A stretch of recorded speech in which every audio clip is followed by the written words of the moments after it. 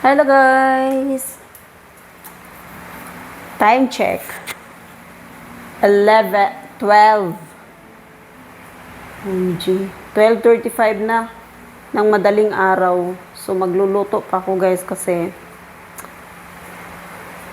may bisita sila. Ngayon, aalis yata ng 5 o'clock in the morning. Mag-ihaw ako ng talong. Diyos mio, parang hindi naman to normal tong ano na to eh. Prito ko na yung bahala. Painit na lang yan eh. Painit ko na lang yan. Mamaya, bahala na sila Kahit maliit, magising man ako ng 5 or 4:30. At least nakaluto na yung mga pagkain.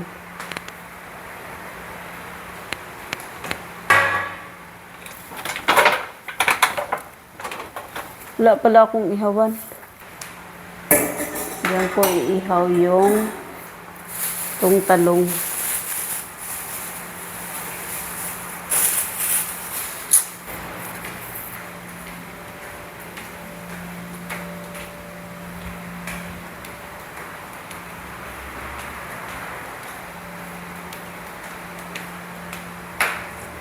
Asan na yung ponytail ko eh?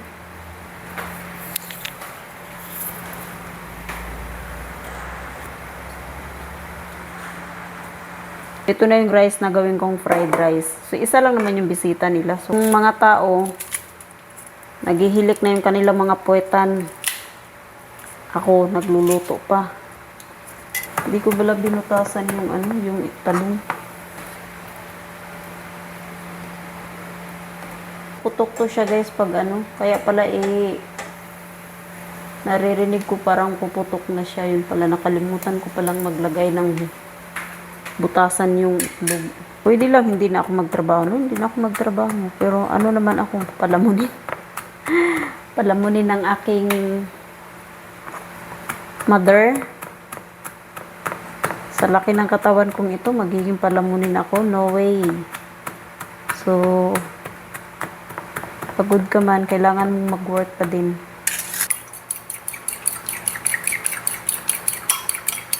So, yun ilalagay ko sa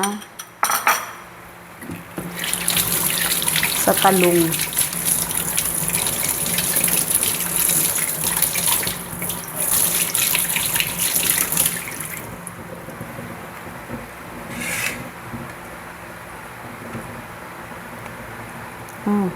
Ang ganda ng talong, wala siyang sira talaga siya. Maganda talaga mamili ng talong talaga sa palengke kasi makakapili ka talaga kumpara sa grocery, no? Ang ganda niya. So, wala. Binili ng boss ko eh. Kaninang tanghali, pinirito ko yung isa. Pinaulam ko sa kanya pritong isda at saka nilagang okra. Yun yung niluto ko kaninang tanghali sa kanya. Sa boss kong lalaki.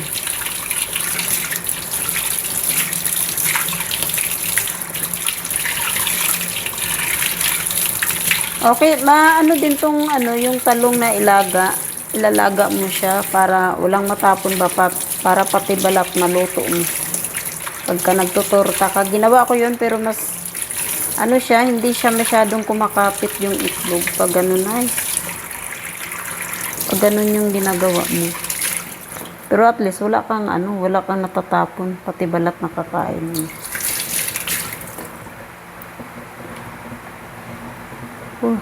Kamayin na lang natin to eh. Malinis naman tong kamay ko eh.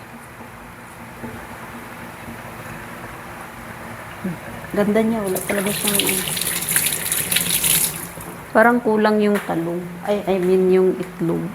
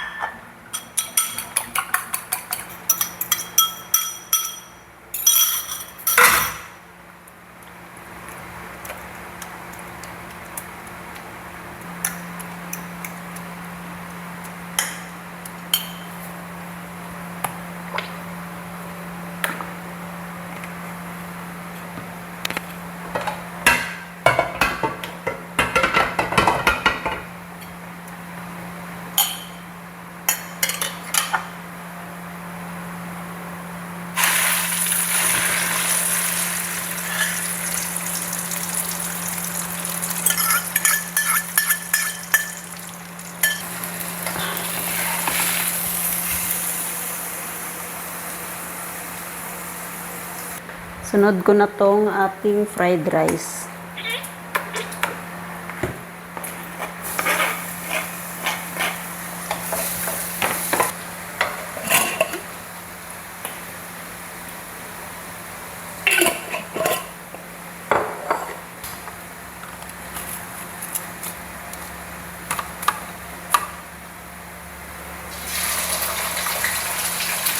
Ang matigas pa pala kunti itong isda.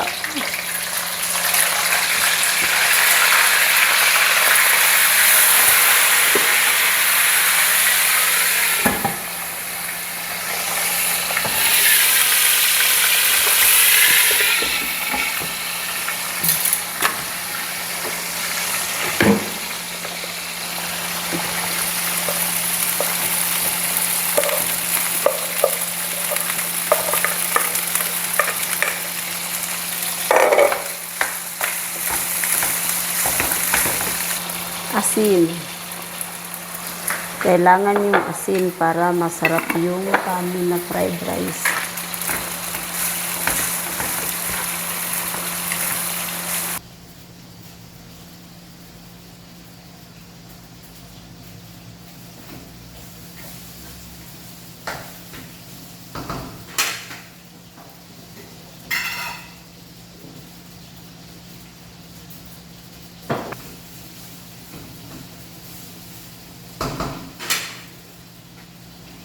Para naglilinis yung village ng tubig. I mean, ng tangke kasi parang hina yung tubig.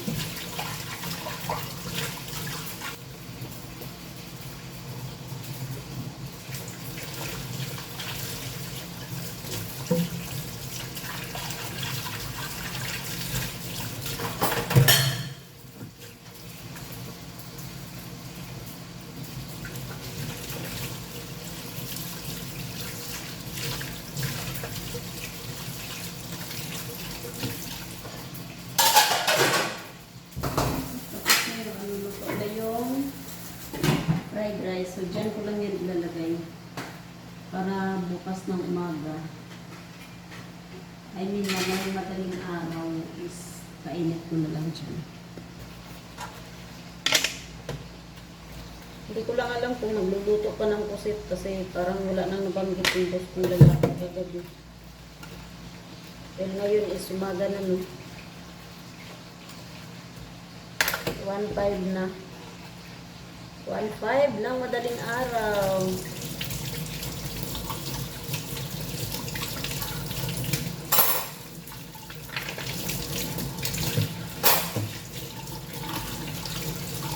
Nagila mo sa ulit kasi parang hapdi yung kaka sa init.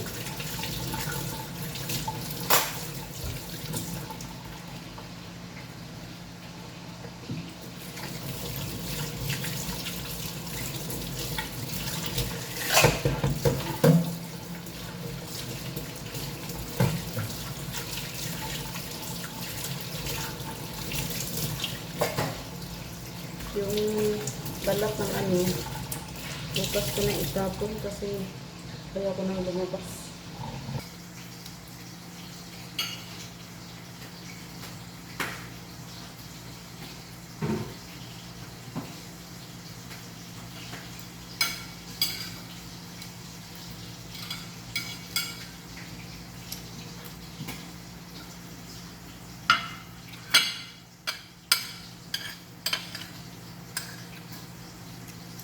Huh?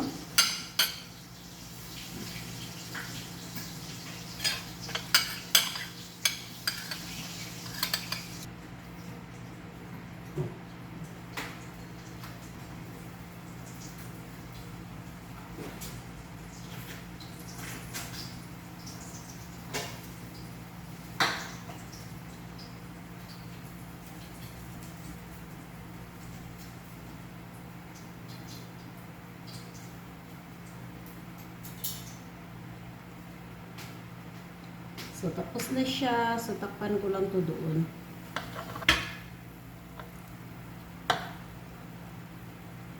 Hindi pala mali. Tapos may takip ako siya.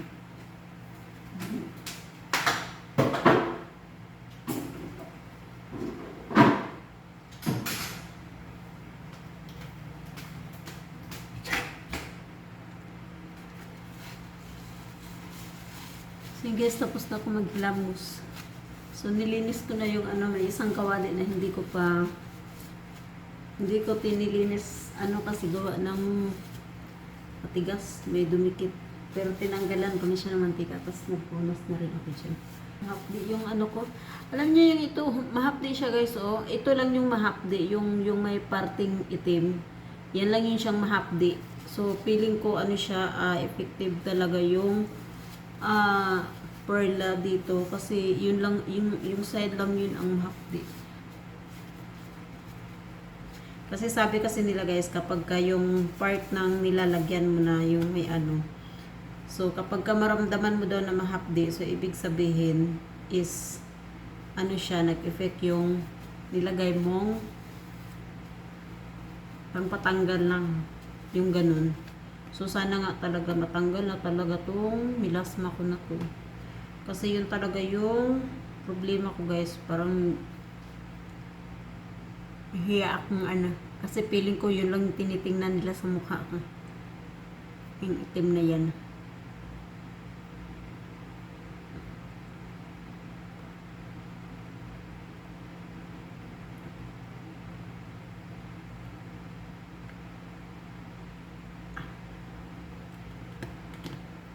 Siyempre, huwag kalimutan maglagay nito. Every night na ako naglagay niyan para pagising ko yung lips ko is malambot, smooth. Diba? So, basa pa rin yung aking buhok. So, yun guys, good night. Have a good sleep and God bless. Bye.